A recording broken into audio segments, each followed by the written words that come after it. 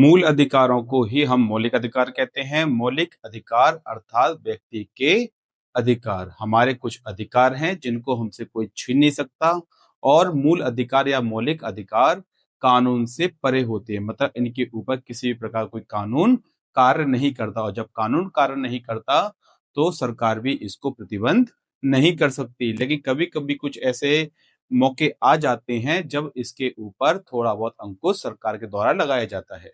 मौलिक अधिकार एक व्यक्ति के ऊपर लागू होते हैं और जीवन जीने के लिए बहुत जरूरी होते हैं। देखो, अगर किसी को खुदा ना खास्ता अगर जेल हो जाए तो उसके सारे मौलिक अधिकार समाप्त कर दिए जाते हैं और ऐसी स्थिति में जेल के अंदर जब मौलिक अधिकार समाप्त तो इंसान बेड़ियों में जकड़ जाता है। अब देखो, जेल के अंदर कानून चलता है जेलर का और जैसे ही आपको जेल हुई तो आपके सारे मौलिक अधिकार समाप्त कर दिए जाएंगे। अब वही कानून और वही नियम आपको फॉलो करने होंगे जो जेल में अनुशासन के लिए बनाए गए हैं। ठीक है?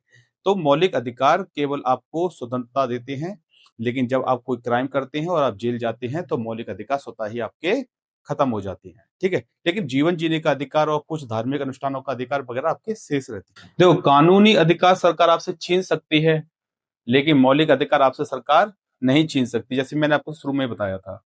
लेकिन कभी-कभी हमारे मौलिक अधिकार ही हमारे देश के लिए घातक सिद्ध हो जाते हैं।